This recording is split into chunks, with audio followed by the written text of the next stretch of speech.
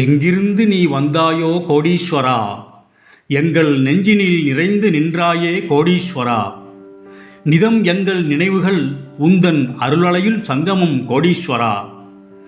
இது எங்கள் ஆன்ம கீதம் அன்பே கோடீஸ்வரா.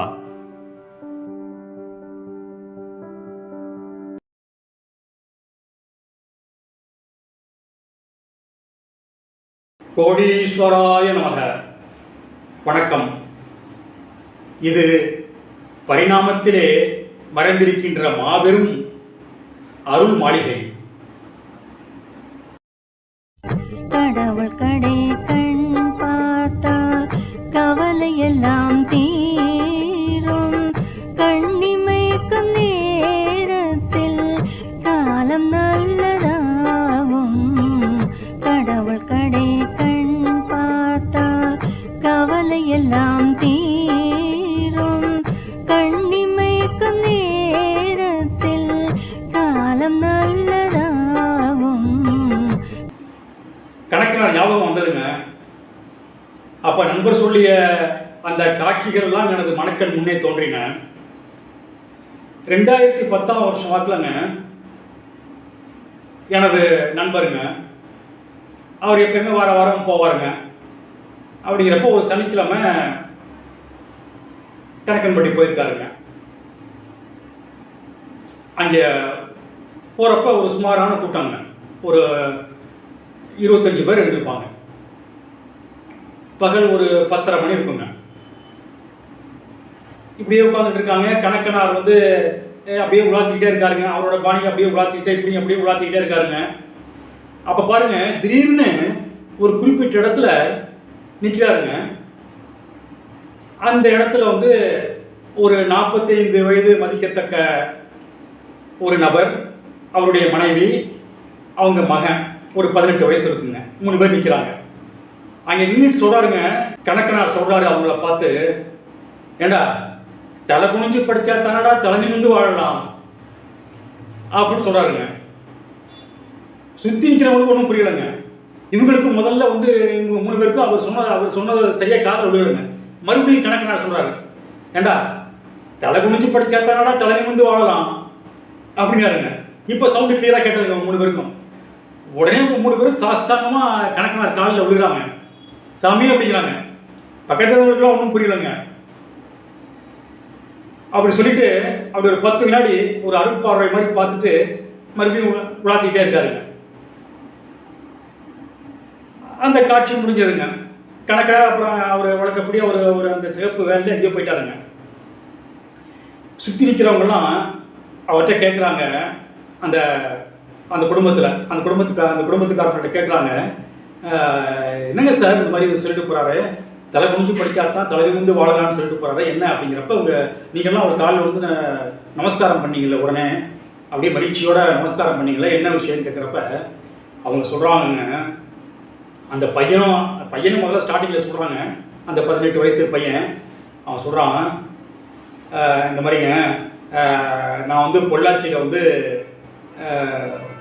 ஒரு பாலிடெக்னிக், பாரம்பரியமான ஒரு பாலிடெக்னிக், அதாவது அந்த பாலிடெக்னிக் சேர்மன் வந்து சித்தர்கள் எல்லாம் ரொம்ப ஆதரித்து சித்தர்களை தனது கண்மாறி அப்படி நினச்சி போற்றி அவர் வாழ்ந்தவருங்க. அவங்களோட அந்த பாலிடெக்னிக் காலேஜுங்க அது.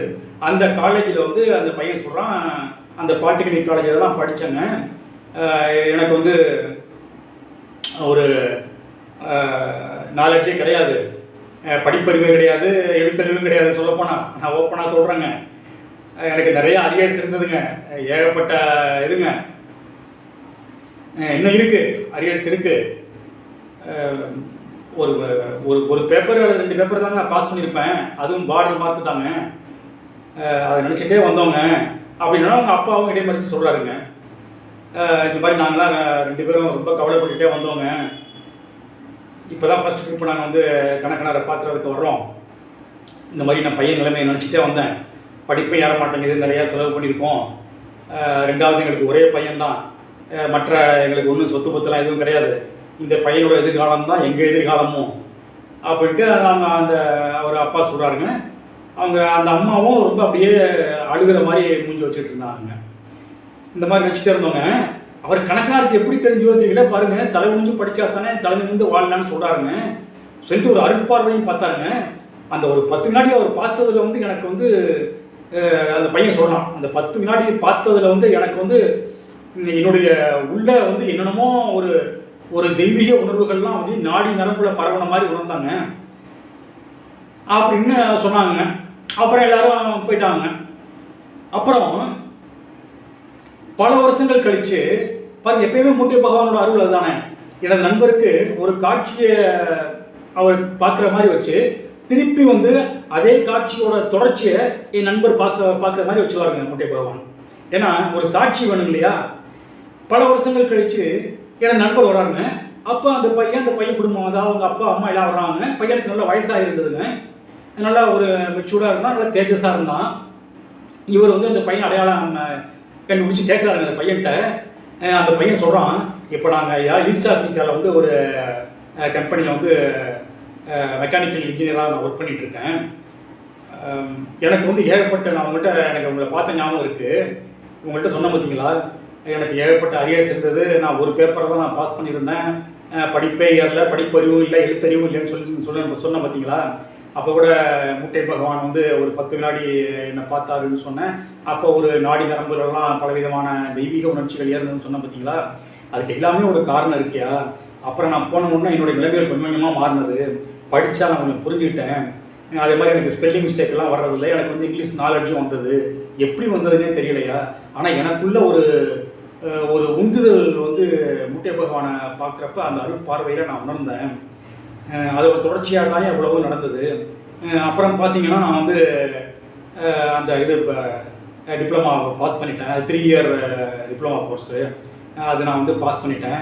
பாஸ் பண்ணிவிட்டு பாருங்கய்யா, எனக்கு வந்து உண்மையிலே எனக்கே ஆச்சரியமாக இருக்குது. அதாவது அந்த பாலிடெக்னிக் கோர்ஸில் வந்து நான் படித்தது வந்து ஒரு முதுகலை பட்ட படிப்பு, அந்த எம்இ படித்த மாதிரி உள்ள நாலேஜ் கிடைச்சதை நான் வந்து கண்கூட உணர்ந்தேன். இன்டர்வியூலாம் நான் வந்து எப்படி பண்ணேன்னு எனக்கே தெரியல. அவங்க கேட்குற கொஸ்டினுக்கெலாம் நான் வந்து அபாரமாக ஆன்சர் பண்ணேங்க. என்னோட ஆரம்ப அறிவுக்கும் நான் மூட்டை பகவானை பார்த்துட்டு அந்த அருட்பார்வை பெற்ற பிறகு அதுக்கு பிறகு உள்ள வந்து அறிவுக்கு நிறைய வித்தியாசம் இருந்ததை நான் கண்கூட உணர்ந்தையா. அதுக்கு பிறகு கூட நான் பல முறை வந்தேன், ஆனால் உங்களை நான் பார்க்கல. இப்போ தான் நான் உங்களை பார்க்குறேன்.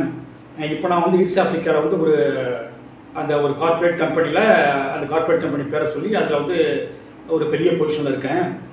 நல்ல வசதியான வாழ்க்கையை நல்லா சம்பாதிக்கிறேன். நான் மூட்டை பகவானை வந்து டெய்லி நான் ப்ரே பண்ணிகிட்ருக்கேன் அப்படின்னு சொல்லி அந்த குடும்பமும் சேர்ந்து இவர்கிட்ட சொல்லி ரொம்ப சந்தோஷப்படுறாங்க. அந்த பையனோட அப்பாவும் சரி, அந்த அம்மாவும் சரி, இந்த பையன் 3 பேரும் என்னுடைய நண்பர்கிட்ட சொல்லி ரொம்ப சந்தோஷப்பட்டாங்க. அந்த எல்லாம் வல்ல கணக்கனாரின் அருட்பார்வைகள், அருட்பேச்சுக்கள் ஒரு சொர்க்கத்திலே நாம் அனுபவிக்கின்ற முத்துக்கள். வாழும்போதே நாம் அந்த முத்துக்களான சொர்க்கத்தை அனுபவித்து மகிழ்ச்சியுடன் வாழலாம். மூட்டை பகவான் வந்து பார்க்கலையேன்ட்டு பல பேர் என்கிட்ட சொல்கிறாங்க, கவலைப்படுறாங்க. அதெல்லாம் ஒன்றும் அவசியமே இல்லைங்க. அவரோட ஃபோட்டோவை வச்சுட்டு ஒரு முறை போய் கணக்கான சன்னதிக்கு போய் சார்ஜ் ஏற்றிக்குங்க. ஆனால் அடிக்கடி போகணுன்னு அவசியம் இல்லைங்க. நீங்கள் வீட்டுக்கு வந்து இந்த ஃபோட்டோவை வச்சுட்டு, அல்லது ஃபோட்டோவோட இல்லைன்னா பரவாயில்ல, அவரை மனசில் நினச்சிக்கிட்டு அந்த அந்த ஒரு உள்ளார்ந்த ஒரு நட்பிலேயே, மூட்டை பகவானோட ஒரு நட்பிலேயே நீங்கள் போனீங்கன்னா உறுதியாக நான் சொல்கின்றேன், 100% உறுதியாக சொல்கின்றேன், உங்களுக்கு கணக்கனார் மூலமாக கணக்கில்லாத செல்வ வளங்களும் அருள் வளங்களும் கிடைக்கும். அருள் வளங்களும் அன்பு வளங்களும் ஆன்மீக வளங்களும் தொடரும். ஆத்ம நன்றி.